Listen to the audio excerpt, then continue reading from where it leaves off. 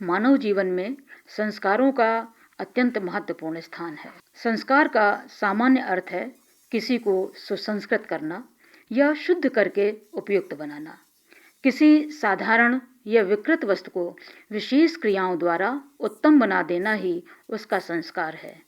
इसी तरह किसी साधारण मनुष्य को विशेष प्रकार की धार्मिक क्रिया प्रक्रियाओं द्वारा श्रेष्ठ बनाना ही सुसंस्कृत कहा जाता है। संस्कार के पालन से आयु आरोग्यता की प्राप्ति होती है। इन संस्कारों के अनुसार जीवन यापन करने से मनुष्य जीवन के लक्ष्य को प्राप्त कर सकता है। प्राचीन काल में प्रत्येक महत्वपूर्ण कार्य का आरंभ संस्कार कर्म के बाद ही किया जाता था। गौतम स्मृति में 40 प्रकार के संस्कारों का वर्णन मिलता है।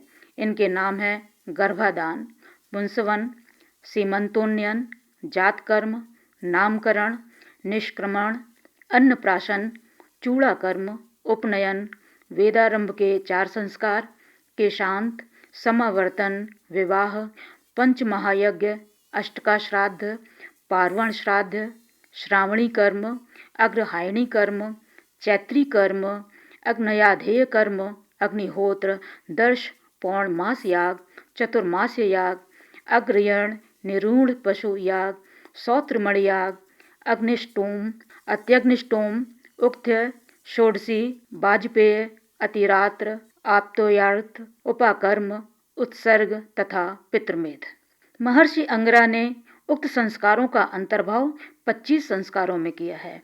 व्यास स्मृति में 16 संस्कारों का वर्णन मिलता है। इनके नाम है गर्भाधान, पुंसवन, सीमंतोन्नयन, जात कर्म, नामकरण, निष्क्रमण, अन्नप्राशन, चूड़ा कर्म, कर्णभेद, यज्ञोपवीत, वेदारंभ, केशांत, समावर्तन, विवाह, नाव सस्त्याध्यान और श्रोताधान। संस्कारों के नाम कालक्रम के अनुसार भिन्न भिन्न मिलते हैं। इसका अभिप्राय है कि समयानुसार जब जब जिन संस्कारों को महत्व दिया गया तब तब उस समय की पद्धतियों में उन्हीं संस्कारों का निर्देश किया गया। इन संस्कारों में से गर्भाधान, पुंसवन तथा सीमंतोन्नयन ये 3 संस्कार जन्म से पूर्व आयोजित होने वाले संस्कार हैं। इन संस्कारों का मुख्य प्रयोजन है जन्म लेने से शिशु के पिछले जन्म के कुसंस्कारों का निवारण और सुसंस्कारों का विकास। शिशु के जन्म के पश्चात सर्वप्रथम जिस संस्कार का आयोजन किया जाता है वह है जात कर्म अर्थात जन्मोत्सव संस्कार। इसका अभिप्राय माता के उदर में रहने से हुई शिशु की अशुद्धि को दूर करना है। जात कर्म के बाद नामकरण संस्कार किया जाता है। शास्त्रों के अनुसार जिस संस्कार का उद्देश्य शिशु के रूप में अवतरित जीवात्मा को पूर्व संचित हीन संस्कारों से मुक्त कराना है। संस्कारों के अनुसार इस संस्कार का उद्देश्य शिशु के रूप में अवतरित जीवात्मा को पूर्व संचित हीन संस्कारों से मुक्त कराना है। साथ ही मौलिक कल्याणकारी प्रवृत्तियों से संस्कारित किया जाता है। जन्म के 6वें अथवा 12वें दिन निष्क्रमण संस्कार का आयोजन किया जाता है। इस संस्कार के अवसर पर नवजात शिशु को उषाकालीन सूर्य के दर्शन करवाए जाते हैं और यह कामना की जाती है कि शिशु का व्यक्तित्व भी सूर्य के समान प्रखर हो तथा उगते सूर्य के समान सर्वत्र पूजनीय हो। शिशु जब 6 माह का हो जाता है तब अन्नप्राशन संस्कार किया जाता है। इस अवसर पर बच्चे को खीर खिलाते समय मन में यह भावना होती है कि वह खीर अमृत के समान गुणों से युक्त हो और बालक के शारीरिक स्वास्थ्य, मानसिक स्वास्थ्य तथा वैचारिक उत्कृष्टता का पथ प्रशस्त करेगी। शिशु के 1 वर्ष या 3 वर्ष के होने पर चूड़ाकरण अर्थात मुंडन संस्कार किया जाता है। यह मस्तिष्क के विकास के लिए आवश्यक माना गया है। 84 लाख योनियों में भ्रमण करते रहने के कारण मनुष्य में न जाने कितनी ही पाश्विक प्रवृत्तियां, संस्कार, विचार तथा मनोभाव अपने आप ही आ जाते हैं। इन्हें हटाने और इनके स्थान पर मानवतावादी भावों और विचारों को स्थापित करने के उद्देश्य से यह संस्कार किया जाता है। सामाजिक मान्यता के अनुसार कर्णवेद संस्कार श्रवण शक्ति को वृद्ध करने में सहायक होता है।